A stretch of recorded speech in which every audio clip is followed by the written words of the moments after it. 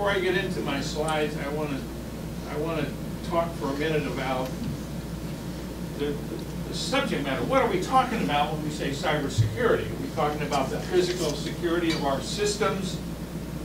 Are we talking about our ability to affect other people's systems on offensive capability? Are we talking about content of what goes over cyber communications? Are we talking about propaganda, information operations? Are we talking about the ability to collect information from the system? Are we thinking about that? Are we talking about privacy? So when you start talking about cyber, for everyone, whether they're new or old to the business, knows that we have to first figure out what it is we're going to be, what part of it we're going to be talking about. Well, one of the points I'm going to make today is it's interconnected, it's hybrid. So it's really impossible to segregate our discussion to talk about one aspect of it without involving from time to time the other aspect. I spent 30, 40, almost 40 years in government.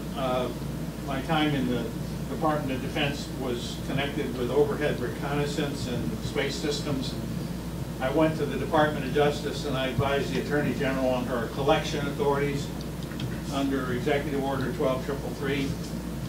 I wrote a lot of the collection manuals for the various agencies. I went to the Hill. I was General Counsel for the Senate Select Committee on Intelligence for a number of years. Wrote legislation and that sort of thing.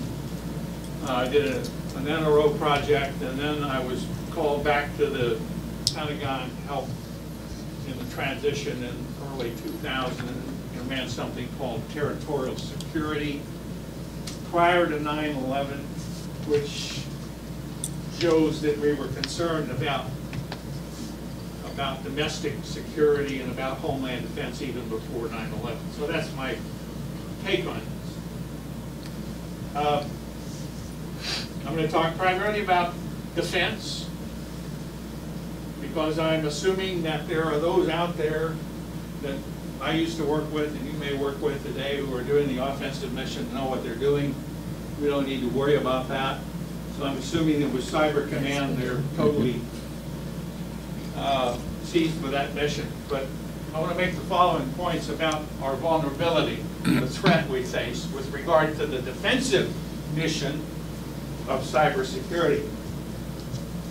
We have an open society, and therefore we have two classes of risks, if you want to think about them as a content risk and a technical risk. We worry about content of cyber, but not really. We're a democracy. You notice how much other people in the world are worried to death about the content of cyber. The Chinese are worried sick about it. The powers that be in the Middle East are concerned about the content of cyber. We're not. This is democracy. We're not concerned much about that, but we are worried about technical risk. In our introduction, we have a huge private cyber structure in our country. Much of it is critical.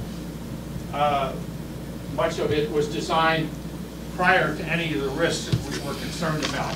Listen to Jim Woolsey, a former DCI, who's concerned about the electrical grid and its tie to the internet, how worried he is about that. That's a subject that should concern most of us. We've learned that indirect government control and regulation, in other words, passing laws that say to our cyber and our info structures, you will do this and you will do that. We've learned it just doesn't work, because they either don't do what they're told to do, or they don't do it right, or they don't do it in a way that follows the intent of the legislation. Essentially, they want the government to pay for any security improvements that they intend to make.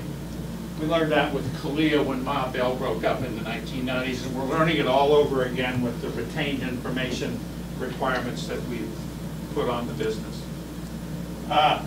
As a result of our society, we have built in huge leverages for any adversary. huge, more so than any other country in the world.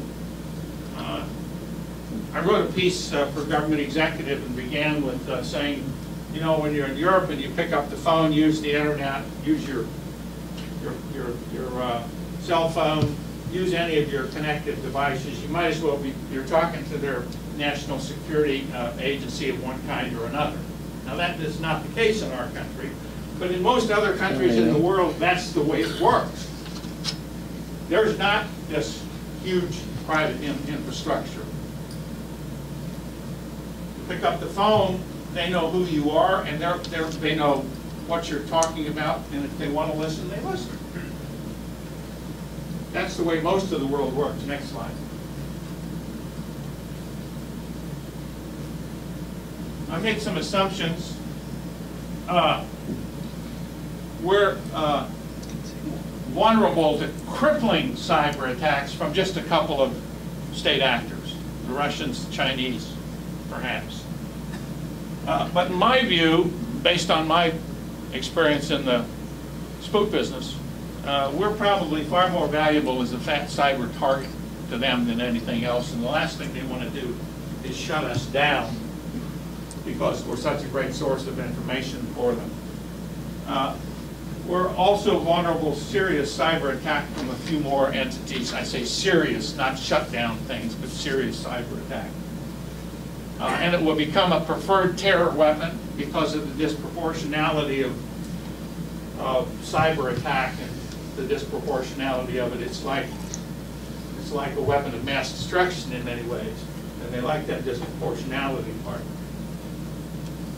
And all cyber activities, whether you're talking about offense, defense, all cyber activities, all of them offer huge risk of technical surprise. I can't make this point strong enough.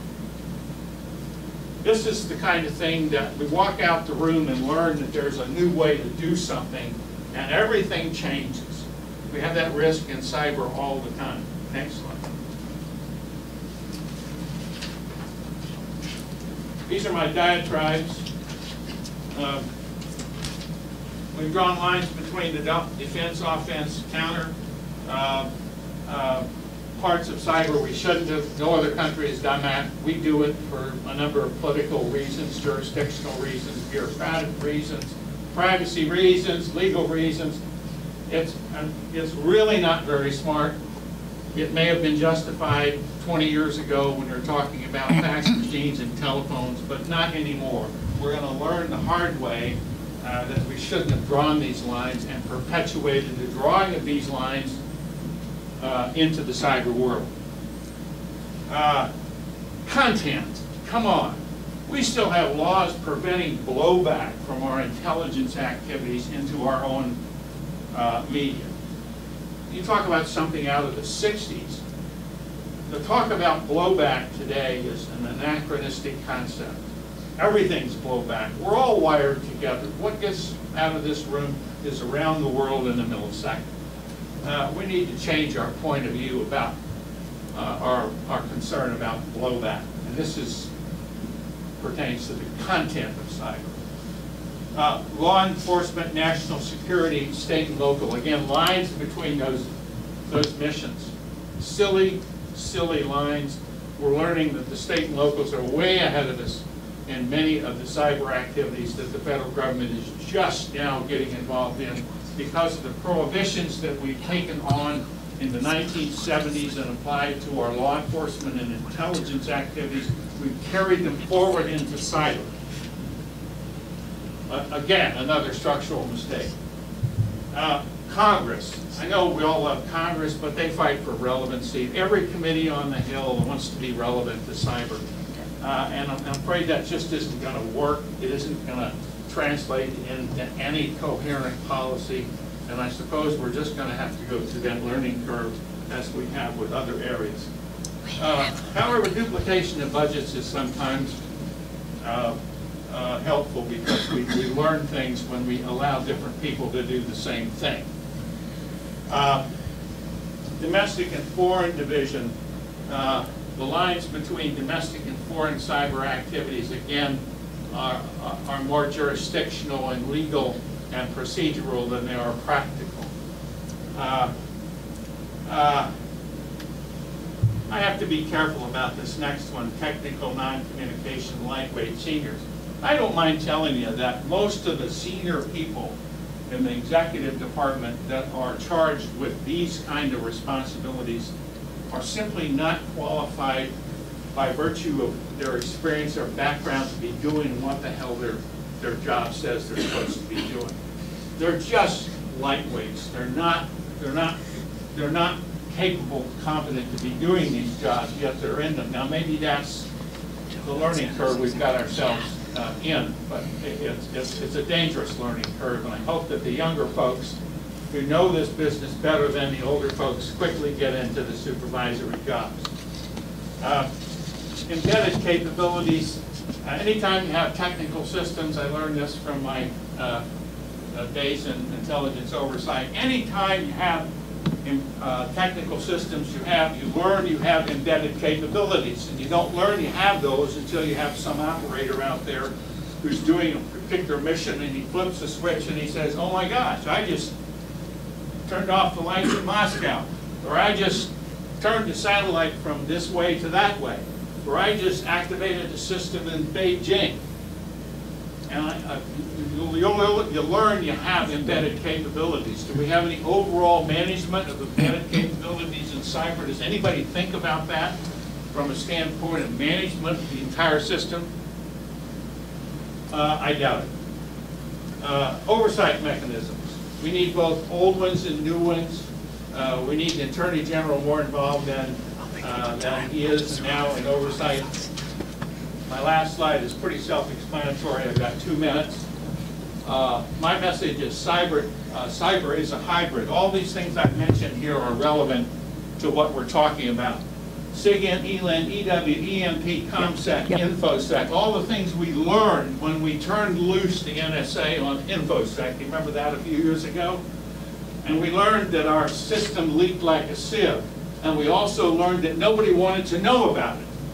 So we limited NSA's role in InfoSec to DoD. And we wouldn't allow NSA to go around checking everybody else's info security, even though that's part of its charter mission. FISA Title 18, CALIA UCIT 18, which is the Bible for NSA. I have good news. I'm going to say that till last.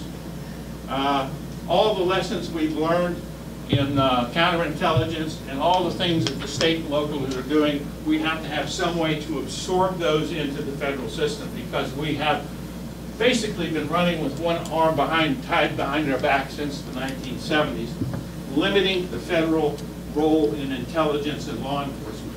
The good news, I'm going to end on that.